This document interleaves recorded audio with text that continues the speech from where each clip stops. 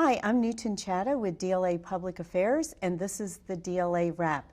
This is your opportunity to get to know DLA people and DLA initiatives on a more personal level. Today, my special guest is Command Sergeant Major Tomeka O'Neal. Hi, Command Sergeant Major, how are you today? I am good, Newton. How are you? So tell me, how long have you been with DLA? I came on board August of 2020, right in the midst of COVID. And at that point in time, it wasn't a lot of personnel around. It was just me, the boss, and the primary staff, and so forth. So when you came to DLA, how much did you know about the agency, and what was your first impression? Everyone knows what DLA stands for. They know it's the Defense Logistics Agency. But when you start to pull back the onion on what the agency does, even I was mesmerized at the large scale and scope of the mission of this agency in support of the nation, DoD, our war fighters, other governmental agencies. It's just amazing. And when did you meet Vice Admiral Skubic, and your first impression? We did not get to meet until I came on board in August of 2020. She's very people first. Everybody's voice matters. I was like, this is going to be an awesome assignment.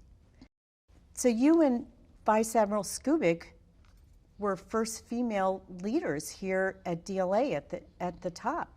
Talk to me about that. What's that been like? Yeah.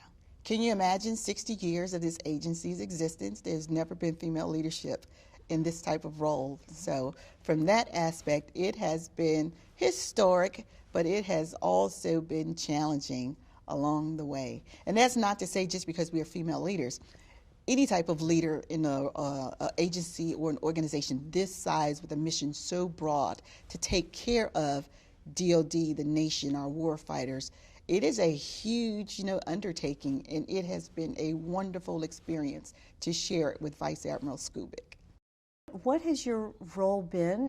The role of what I do is always taking care of not only civilians, our soldiers, our sailors, our airmen, our Marines, and our Guardians. It is a compilation of what I bring to the table. And I look out for the health, the welfare, the safety, the discipline, just making sure those things are staying in line. How are you able to connect to the workforce that you couldn't see in person?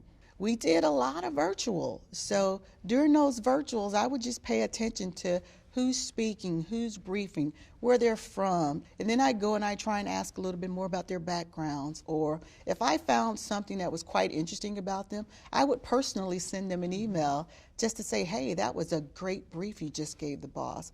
That was my way of reaching out, saying, I might not get out to see a lot of you in person, but I want you to know that I'm paying attention.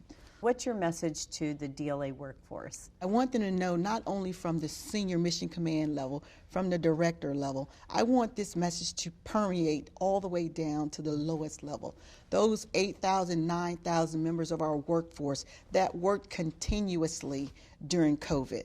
They had to be at the front, the tip of the spear, continuing to move supplies across the world, across the nation, and so forth. So I always try to convey that I appreciate wholeheartedly what we do as an agency and what the civilian workforce does in support of the warfighter always. Do you have a special message for DLA reservists? There's only 500 or so active duty, and that support from the reserve component, when we can call upon them to come on orders to go and deploy on a red cycle deployment team or a deployment support team, we can't ask for a better support element. It gives us flexibility to be as maneuverable across this space because logistics is global. Is there anything else you would like to say about your time here at DLA? I would be remiss if I did not acknowledge the entire cleaning crew that kept us safe and healthy throughout COVID when we came on board. They kept the facilities in tip-top, cleanliness condition and so forth. I just like to thank the civilian workforce, the military workforce, our police department, because it takes the whole community to make sure an agency stays operational and the conditions for the workforce remain safe on a daily basis. I just could not have asked for a better job. And if I transitioned from the Army from this position, I will have been thankful to have had the window of opportunity to meet such great and extraordinary professionals these last 3 years. Well, thank you so much for your service to DLA. We are honored that you came and served with us and supported the entire workforce, so thank you. You're most welcome. And thank you for joining us on the DLA Wrap.